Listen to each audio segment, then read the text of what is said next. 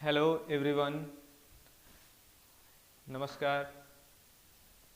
हम लोग कृषि के बारे में अध्ययन कर रहे हैं कुछ दिनों से, और आज हम आपके लिए एक टॉपिक लेके आए हैं जिसका नाम है भारत में कृषि। इंग्लिश क्या होगा? भारत में कृषि का इंग्लिश क्या होगा? Agriculture in India. Agriculture in India.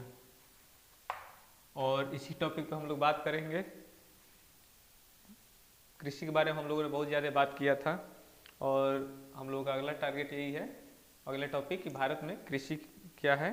Bharat में कृषि के बारे में जो भी भारत में कृषि से संबंधित जो भी क्वेश्चंस पूछे जाते हैं प्रतियोगी परीक्षाओं में, और अगर आप कृषि विज्ञान के छात्र हैं तो आप लोगों के लिए और भी 100% सूटेबल है।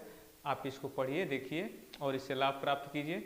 तो भारत में कृषि के बारे में हम लोग बात करेंगे, एक एक टॉपिक पे बात करेंगे। आप लोग नोटबुक में नोट करते जाएंगे सब कुछ बारी बारी से, जो जो हम आपको बता रहे हैं सारा चीज़ आप एक नोटबुक में तैयार करते रहिएगा।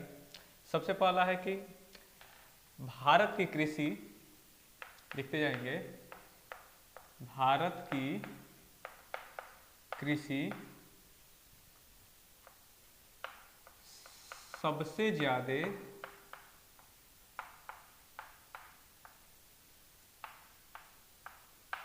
किस पर निर्भर है? भारत की कृषि सबसे ज्यादा किस पर निर्भर है? ठीक।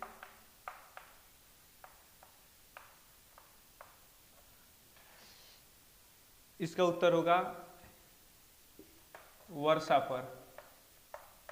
वर्षा पर, क्योंकि खेती जो की जाती है उसमें सिंचाई का बहुत बड़ा योगदान होता है। सिंचाई चाहिए, जल चाहिए किसी भी पौधे को उगाने के लिए। अधिक मात्रा में, अधिक से अधिक मात्रा में जल की आवश्यकता पड़ती है, खास तौर पे जो धान की फसल होती है, इन सब चीज़ों के लिए, धान गेहूँ में। तो वही हमारा क्वेश्चन है कि भारत की जो कृषि है सबसे ज़्यादा किस चीज़ पर निर्भर करती है? तो भारत की कृषि किस पर निर्भर करती है? वर्षा पे। अब जब देखते हैं आप लोग, बारिश नहीं होता है तो क्या हो जाता है? सुखाड़ पड़ जाता है, सूखा पड़ जाता है चारों तरफ, गर्मी ज़्यादा होने लगती हैं। और वर्षा क्या करता है? उसको मेंटेन करने का काम करता है। या फिर ज़रूरत से ज़्यादा भी अगर बारिश होती है तो क्या होता है कि ज़रूरत से ज़्यादा बारिश होती है तो फसल, बाढ़ आने की संभावनाएं बन जाती है, फसलों क्या हो जाती है? बर्बाद हो जाती है, फसल पानी में दह जाती है, बह जाती है। तो इसलिए तो भारत, ये पहला क्वेश्चन क्या है, भारत की कृषि सबसे ज़्यादा किस चीज़ पर निर्भर करती है? तो भारत की कृषि सबसे ज़्यादा किस चीज़ पर निर्भर करती है? वर्षा पर करती है। दूसरा है, जो फसल, लिखेंगे, जो फसल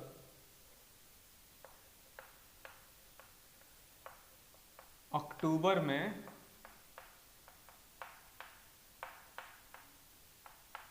बोई जाती है और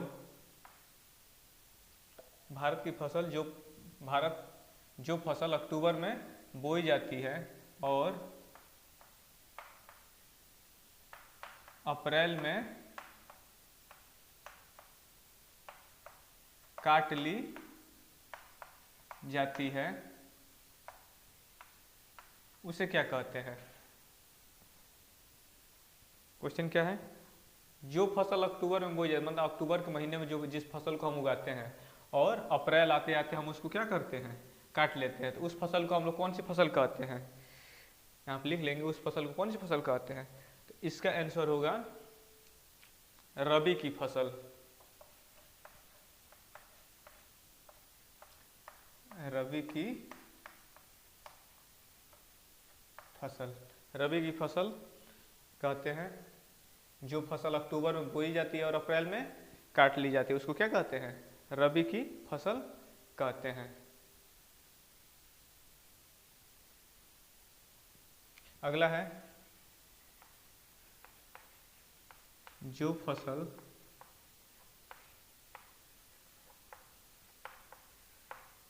जुलाई में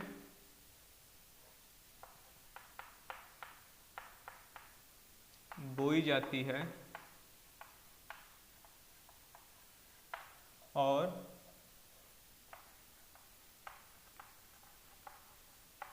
अक्टूबर में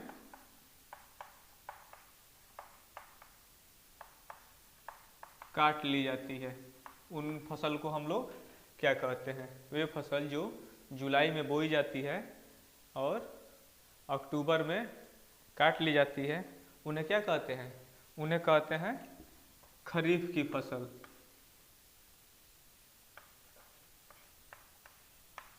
नोट कर लेंगे, खरीफ, खरीफ की फसल। वे पौधे जिनको, जो फसल जिसको हम कब उगाते हैं? जुलाई के महीने में उगाते हैं और अक्टूबर में हम उसको क्या कर लेते हैं? कटाई कर लेते हैं, उसको क्या कहते हैं? खरीफ की फसल कहते हैं। अगला होगा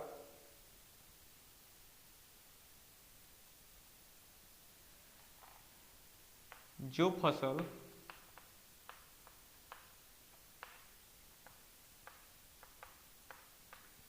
रबी और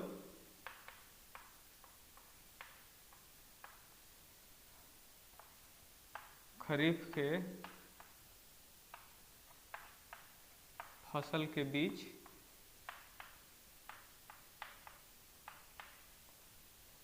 उगाई जाती है, उन्हें हम क्या कहते हैं? क्वेश्चन क्या है? जो फसल रबी और खरीफ के फसल के बीच उगाई जाती है उसको हम क्या कहते हैं? तो उसको कहते हैं जायद की फसल। मतलब रबी और खरीफ की फसल जब उगाई जाती है उसके बीच का जो समय बचता है उसमें जो फसल उगाते हैं उसको क्या कहते हैं? जायद की फसल कहते हैं। अब आगे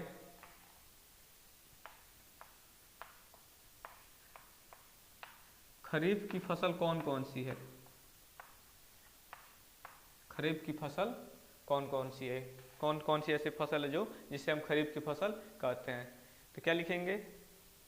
ज्वार लिख लेंगे, बाजरा, मक्का, चावल और तिल इत्यादि। खरीफ की फसल किसे कहते हैं? ज्वार, बाजरा, मक्का, चावल, तिल इत्यादि को। ठीक, उसके बाद से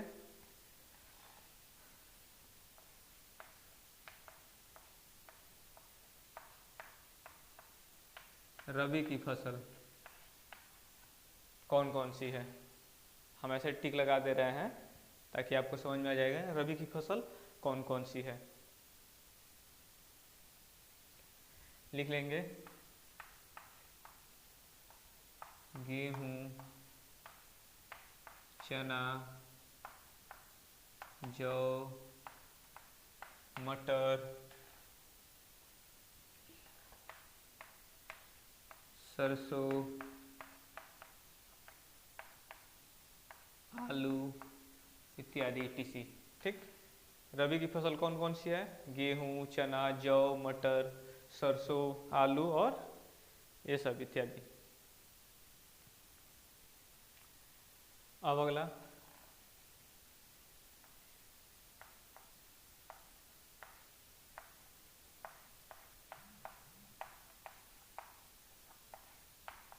जायद की फसल कौन कौन सी है? इसका भी लिख लेंगे।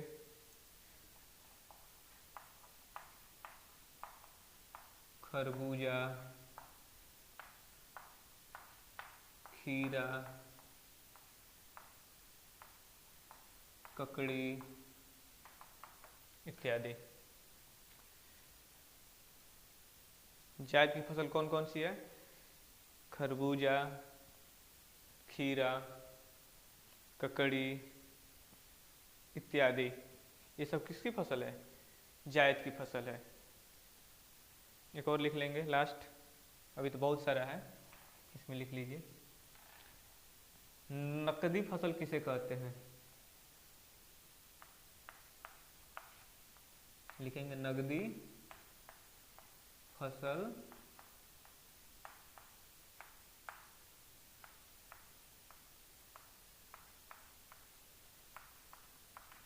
नकदी फसल किसे कहते हैं? नकदी फसल हम चावल को कहते हैं। चावल को क्या कहते हैं? नगदी फसल कहते हैं।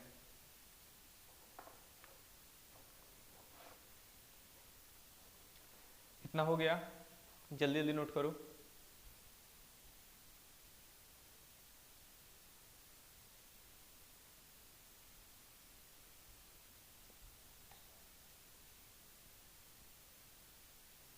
ऊपर से मिटाते हैं 2 3।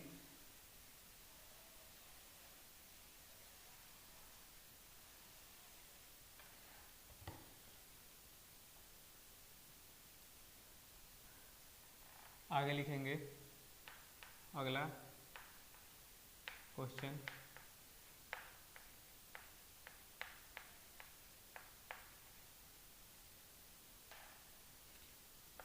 किस क्षेत्र को चावल का कटोरा कहते हैं?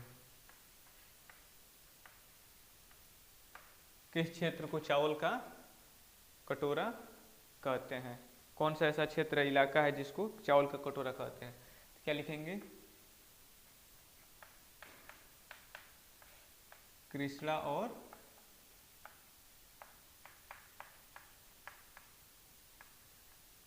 गोदावरी नदी के क्षेत्र को। कृष्णा नदी और गोदावरी नदी का जो क्षेत्र है उसके अगल बगल का इलाका है, वहाँ पर चावल की खेती बहुत ज़्यादा होती है और इसलिए हम कृष्णा और गोदावरी नदी के क्षेत्र को क्या कहते हैं? चावल का कटोरा कहते हैं।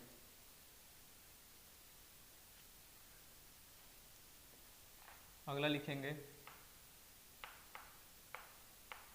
भारत में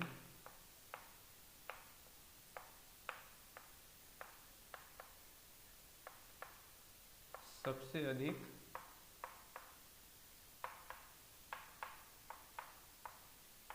खाद्य उत्पादन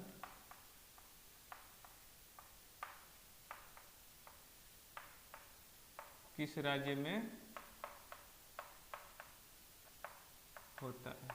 भारत में जो राज्य पाए जाते हैं 28 राज्य, तो उसमें कौन से राज्य में सबसे ज़्यादा खाद्य उत्पादन मतलब खाने वाली वस्तुओं की फसल उगाई जाती है? तो इसका उत्तर आप लोग लिख लेंगे यूपी, यानी हमारे उत्तर प्रदेश में सबसे ज़्यादा खाने की वस्तुओं की खेती की जाती है। ठीक है, अगला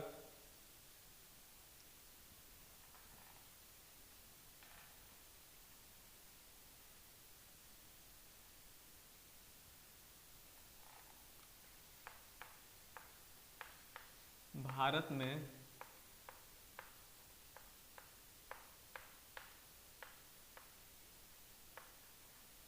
सबसे अधिक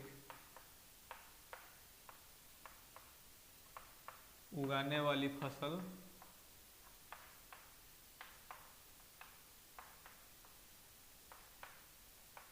कौन सी है? जो हमारा भारत देश है, तो भारत देश में सबसे ज़्यादा कौन सी फसल की खेती की जाती है? तो इसका आंसर क्या लिखेंगे? भारत में सबसे ज़्यादा क्या उगाया जाता है? याद कर लो, धान की खेती होती है। हमारे भारत में सबसे ज़्यादा किसकी खेती की जाती है? धान की खेती की जाती है।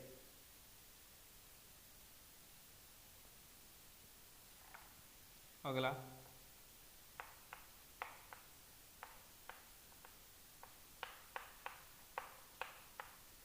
हरित क्रांति के जनक कौन है?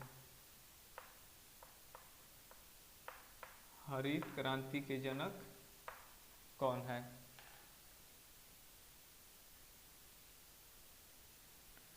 तो हरित क्रांति के जनक हम किनको कहते हैं? MS स्वामीनाथन को। कब इन्होंने दिया था हरित क्रांति?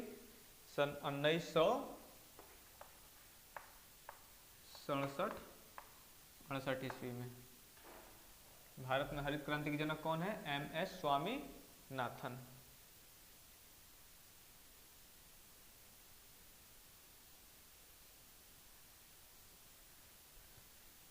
एक लाइन और मिटाते हैं। अगला लिखेंगे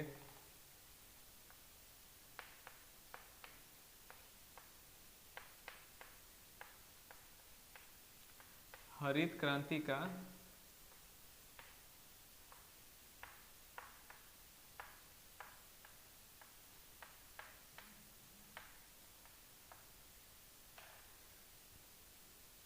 मुख्य उद्देश्य क्या है। जो हरित क्रांति चलाई गई थी MS स्वामीनाथन द्वारा सन 1967-68 ईस्वी में, तो उस क्रांति का सबसे मुख्य उद्देश्य क्या था। तो उसका मुख्य उद्देश्य था खाद्य उत्पादन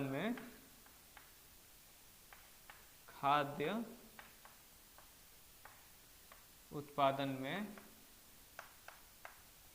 भारत को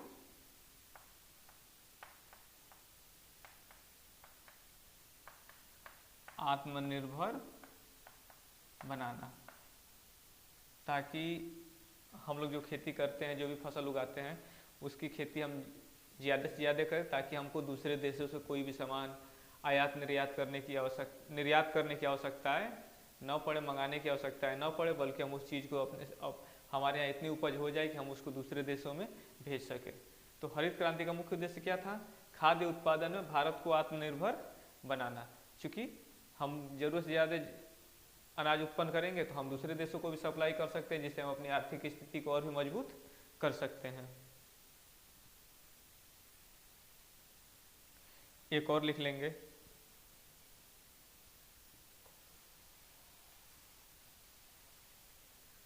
लिखेंगे हरित क्रांति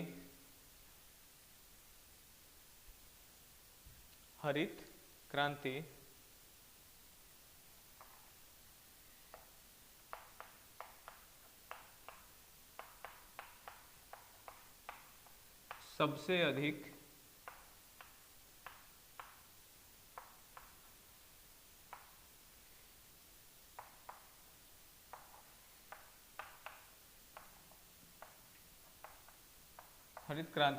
अधिक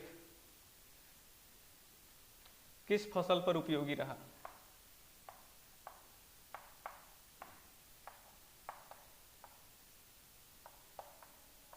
मतलब हरित क्रांति से सबसे अधिक कौन सी फसल को लाभ हुआ, कौन सी फसल सबसे ज्यादा उगाई गई। तो इसका उत्तर होगा